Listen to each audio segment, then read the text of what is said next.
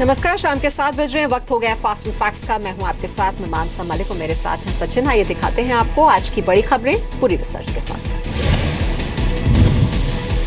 सबसे पहले गुजरात में बीजेपी की जीत की बात कर लेते हैं। महाराष्ट्र के स्थानीय निकाय चुनाव में जीत हासिल करने के अगले दिन ही पड़ोसी राज्य गुजरात में भी बीजेपी के लिए अच्छी खबर आई है। यहां भी स्थानीय निकाय के चुनाव में बीजेपी का परचम लहराया है।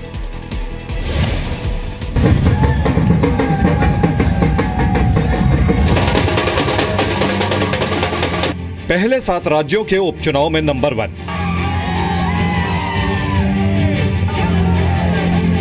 फिर महाराष्ट्र के स्थानीय चुनाव में परचम।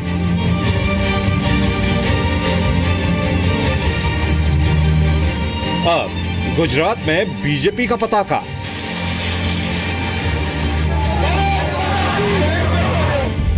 नोटबंदी के बाद बीजेपी की जीत की हैट्रिक। महाराष्ट्र में जीत के अगले दिन ही बीजेपी के लिए एक और अच्छी खबर आई है। बीजेपी के गढ़ कहे जाने वाले गुजरात के बारे में पिछले कुछ महीनों से कहा जा रहा था कि वहां बीजेपी कमजोर हो रही है, लेकिन जिला पंचायत, तालुका पंचायत और नगर पालिका चुनाव के नतीजों ने एक बार फिर साबित कर दिया कि गुजरात में बीजेपी का कोई तोड़ नहीं। बीजेपी ने वापी नगर पालिका, सूरत में कनकपुर कांसद नगर पालिका और राजकोट के गोंडल तालुका पंचायत के चुनाव में जीत हासिल की। इसके अलावा 31 नगर पालिकाओं, तालुका पंचायत और जिला पंचायत के उपचुनाव में भी बीजेपी का दबदबा रहा। बीजेपी 31 में से 23 सीटों पर आगे चल रही है। जिस तरीके से चुनाव के नतीजे आए, स्पष्ट संदेश मिलता है कि प्राइम मिनिस्टर मोदी जी ने जो 2 बड़े कदम उठाए, एक सर्जिकल स्ट्राइक और इकोनॉमी को स्ट्रीमलाइन में लेने के लिए जो प्रयत्न किया है, तो वो भारत की जनता को एक डिसीजन पसंद आया है। जिन 3 नगर पालिकाओं और तालुका पंचायत के नतीजे आए हैं, वहां भी बीजेपी की जीत एक तरफा रही। वापी नगर पालिका की 44 में से 41 सीटों पर बीजेपी ने जीत हासिल की, जबकि कांग्रेस को सिर्फ 3 सीट मिली। सूरत की कनकपुर कांसद नगर पालिका की 28 में से 27 सीटों पर बीजेपी को जीत मिली, जबकि कांग्रेस को सिर्फ 1 सीट मिली। वहीं गोंडल तालुका पंचायत की 22 में से 18 सीटों पर बीजेपी ने जीत हासिल की, कांग्रेस को 4 सीटें मिली। तो ये एक जबरदस्त सफलता भारतीय जनता पार्टी को अद्भुत मिली है और वो एक आईना है जो विरोध करते हैं। अपने राज्य में जीत से पीएम मोदी भी खुश हैं। उन्होंने कार्यकर्ताओं को बधाई दी, साथ ही ये भी कहा कि लोग भ्रष्टाचार को बर्दाश्त नहीं करेंगे। पूर्वोत्तर हो, पश्चिम बंगाल, मध्य प्रदेश, महाराष्ट्र या गुजरात, बीजेपी ने हर जगह अच्छा प्रदर्शन किया है। मैं लोगों को धन्यवाद देता हूं। भारत के अलग अलग हिस्सों के चुनाव नतीजे बताते हैं कि लोग देश का चौतरफा विकास चाहते हैं और भ्रष्टाचार और कुशासन को बर्दाश्त नहीं करेंगे। नोटबंदी के ऐलान के बाद विपक्ष भले ही सरकार को कटघरे में खड़ा कर रहा हो, लेकिन चुनाव नतीजे साबित करते हैं कि जनता नाराज नहीं बल्कि खुश है। ब्यूरो रिपोर्ट, जी मीडिया। स्थानीय निकाय के नतीजों में से भी यह साबित हो गया है कि हार्दिक पटेल के आरक्षण आंदोलन का कोई खास असर नहीं पड़ा है। पाकिस्तान के आतंकियों ने आज फिर जम्मू कश्मीर में 2 जगहों पर हमला किया। हमले के दौरान 3 सैनिक शहीद हुए, जबकि 7 आतंकवादी मारे गए। सुबह 5 बजे के करीब आतंकियों ने नरगोटा में सेना कैंप पर हमला किया। लगभग उसी वक्त सामा में बीएसएफ की पेट्रोलिंग पार्टी को निशाना बनाया। नरगोटा में आतंकी हमले के दौरान सेना के एक मेजर समेत 3 जवान शहीद हो गए, जबकि 4 घायल हैं। वहीं सेना ने जवाबी कार्रवाई करते हुए 4 आतंकियों को ढेर कर दिया। दूसरी तरफ सांबा में हमला करने वाले 3 आतंकियों को मार गिराया गया। हालांकि सांबा में सरहद पार पाकिस्तान की फायरिंग में बीएसएफ के डीआईजी और 4 जवान घायल हो गए। ये पाकिस्तान की डेस्परेशन है, फ्रस्ट्रेशन है और उसी को वो प्रकट कर रहा है, लेकिन वो अपने मंसूबे में कामयाब नहीं होगा। ये इन्फिल्ट्रेशन लग रहा है कि राहल शरीफ जाते जाते कुछ दिखा के जाना चाहता है, ये उसी का ही असर लगता है। सूत्रों के मुताबिक सांबा और नगरोटा में हमला करने वाले आतंकी आज सुबह ही पाकिस्तान से आए थे। खुफिया सूत्रों के मुताबिक सीमा के पास मसरूर बड़ा भाई लॉन्च पैड से आतंकियों ने घुसपैठ की थी। घुसपैठ के बाद आतंकी 2 गुटों में बंट गए। एक गुट ने सांबा में हमला किया, जबकि दूसरे ने नगरोटा में। हमला करने वाले आतंकी लश्कर-ए-तैयबा के बताए जा रहे हैं।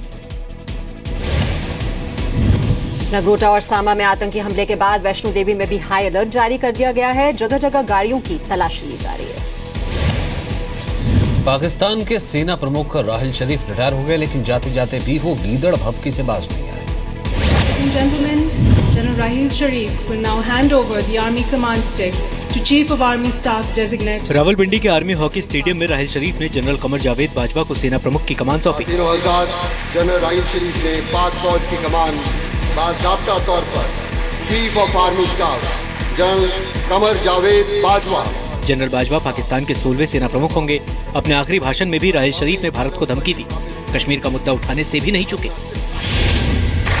ख़वातीनो हज़रात, बदकिस्मती से हालिया महीनों में मकबूजा कश्मीर में बढ़ती हुई रियासती दहशतगर्दी और भारत के जारहाना इक़दामात ने खित्ते के अमन को खतरे में डाल दिया। मैं भारत पर वाज़े करना चाहता हूँ कि हमारी तहम्मुल की पॉलिसी को किसी किस्म की कमजोरी समझना खुद उसके लिए खतरनाक साबित होगा। जनरल राहिल शरीफ 29 नवंबर 2013 को पाकिस्तान के 15वें सेना प्रमुख बने। अफगानिस्तान से सटी सीमा पर उन्होंने आतंकवाद के खिलाफ ऑपरेशन ज़र्ब-ए-अज़्ब चलाया। कराची में हिंसा रोकने में भी राहिल शरीफ ने अहम भूमिका निभाई। चीन पाकिस्तान इकोनॉमिक कॉरिडोर की सुरक्षा में राहिल शरीफ ने अहम भूमिका निभाई। भारत के साथ संबंधों को लेकर पाकिस्तान के पीएम नवाज शरीफ के साथ उनका मतभेद था। सेना प्रमुख बनने के बाद अपने पहले बयान में कमर जावेद बाजवा ने कहा है कि एलओसी पर हालात जल्द सुधरेंगे। पीएम मोदी ने देश भर के बीजेपी सांसदों और विधायकों से बैंक खाते का स्टेटमेंट देने को कहा है। बीजेपी संसदीय दल की बैठक में पीएम मोदी ने सांसदों के बैंक खाते का मुद्दा उठाया। उन्होंने सभी बीजेपी सांसदों और विधायकों को नोटबंदी के ऐलान के दिन यानी 8 नवंबर से लेकर 31 दिसंबर तक का बैंक स्टेटमेंट पार्टी अध्यक्ष अमित शाह के पास जमा करने को कहा।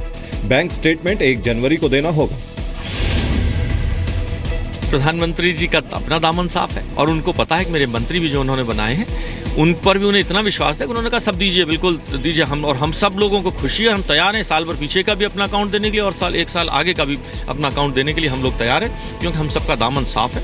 हमें हमारे बैंकों में ना किसी जगह पर हम बिल्कुल दामन साफ के साथ अपना काम कर रहे हैं। और उन्होंने कहा कि 8 नवंबर के बाद 31 दिसंबर तक जो भी ट्रांजैक्शन बीजेपी के सांसदों, मंत्रियों, एमएलए के अकाउंट में है उसको 1 जनवरी को हम सभी दें। और सभी सांसदों ने इसका ध्वनि से, खूब करतल ध्वनि से इसका स्वागत किया। बैंक स्टेटमेंट मांगने का यह फैसला पीएम ने विपक्ष के आरोपों के बीच लिया है। 8 नवंबर को पीएम मोदी ने देश के नाम संदेश में नोटबंदी का ऐलान किया था। 500 और 1000 के पुराने नोट 30 दिसंबर तक बैंक खातों में जमा कराए जा सकते हैं। माना जा रहा है कि बीजेपी नेताओं से बैंक स्टेटमेंट मांगे जाने के बाद दूसरे दलों पर भी ऐसा ही करने का दबाव बनेगा। विपक्ष के नेता आरोप लगाते रहे हैं कि बीजेपी के नेताओं को पहले ही नोटबंदी की जानकारी दे दी गई थी।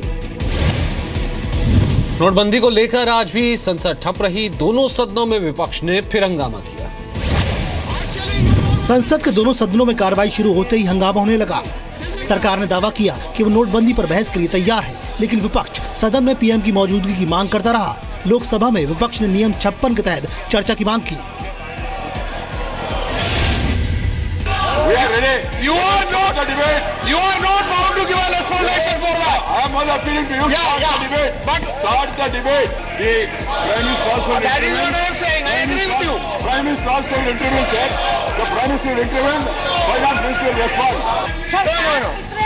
रवैये पर इतना वाला रवैया क्यों अपना रही है? शुरू करो, प्रधानमंत्री जी को शुरू करो चाहिए। हालांकि लोकसभा में विपक्ष के हंगामे के बाद भी इनकम टैक्स संशोधन विधेयक पास हो गया। जो वो करेंसी नोट जो लीगल टेंडर नहीं थे। नोटबंदी के खिलाफ तेलुगु देशम पार्टी के एक सांसद ने अनोखे अंदाज में प्रदर्शन किया। टीडीपी सांसद Shiv Prasad black and white pant shirt पहनकर संसद पहुंचे। शर्ट का आधा हिस्सा ब्लैक और आधा व्हाइट था, जबकि पैंट भी आधी ब्लैक और आधी व्हाइट थी। Because your party supporting demonetization. Okay. I have got liberty as an artist. 16 नवंबर से संसद का शीतकालीन सत्र शुरू हुआ। हंगामे की वजह से कामकाज नहीं हो पाया है। संसद में हंगामे की वजह से 100 करोड़ रुपए से भी ज्यादा का नुकसान हो चुका है। लोकसभा में विपक्ष नियम 56 के तहत चर्चा चाहता है। इसमें चर्चा के बाद वोटिंग का प्रावधान है। राज्यसभा में विपक्ष बहस के दौरान पीएम की मौजूदगी की मांग कर रहा है। संसद की बैठक से पहले विपक्ष ने रणनीति भी बनाई। हालांकि आज की बैठक से जेडीयू, बीएसपी और डीएमके के सांसद दूर रहे। काले धन वालों को एक और मौका देने के सरकार के फैसले का विपक्ष ने विरोध किया है।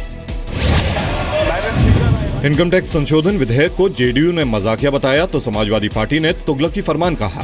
हालांकि कांग्रेस का रुख अभी साफ नहीं है।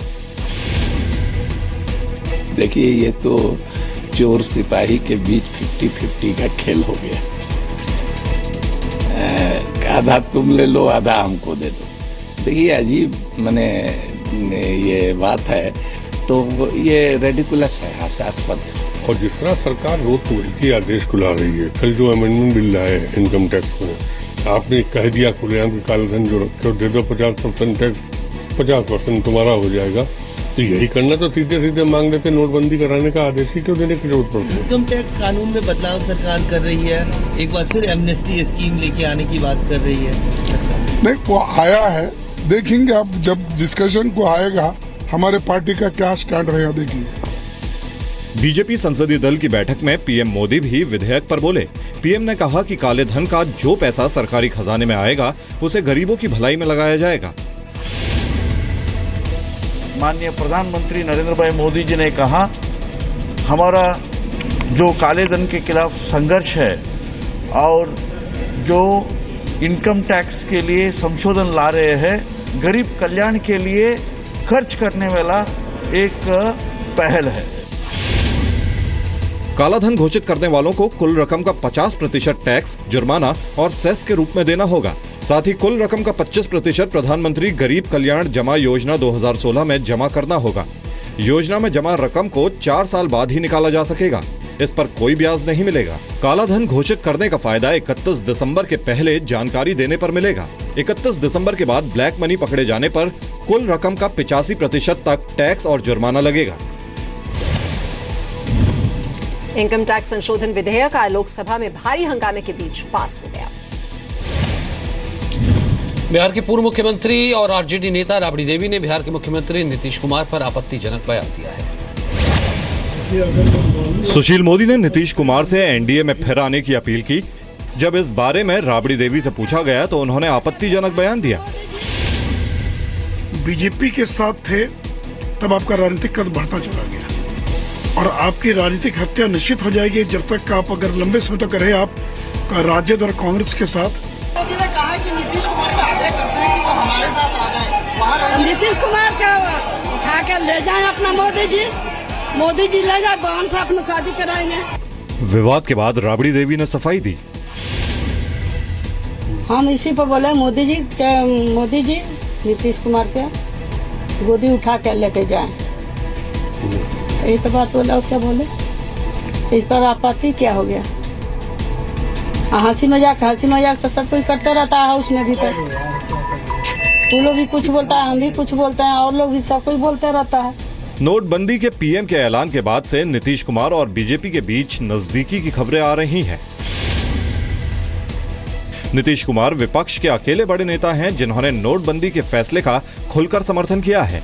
नीतीश कुमार की पार्टी जेडीयू ने विपक्ष के आक्रोश दिवस के प्रदर्शन में हिस्सा नहीं लिया। ये भी खबर आई थी कि पिछले दिनों नीतीश कुमार ने बीजेपी अध्यक्ष अमित शाह से मुलाकात की थी, लेकिन नीतीश ने इससे इनकार किया। नीतीश कुमार ने बीजेपी से नजदीकी होने से इनकार किया है। नीतीश के मुताबिक उनकी राजनीतिक हत्या की साजिश रची जा रही है। राबड़ी देवी पहले भी नीतीश कुमार के खिलाफ आपत्तिजनक बयान दे चुकी है।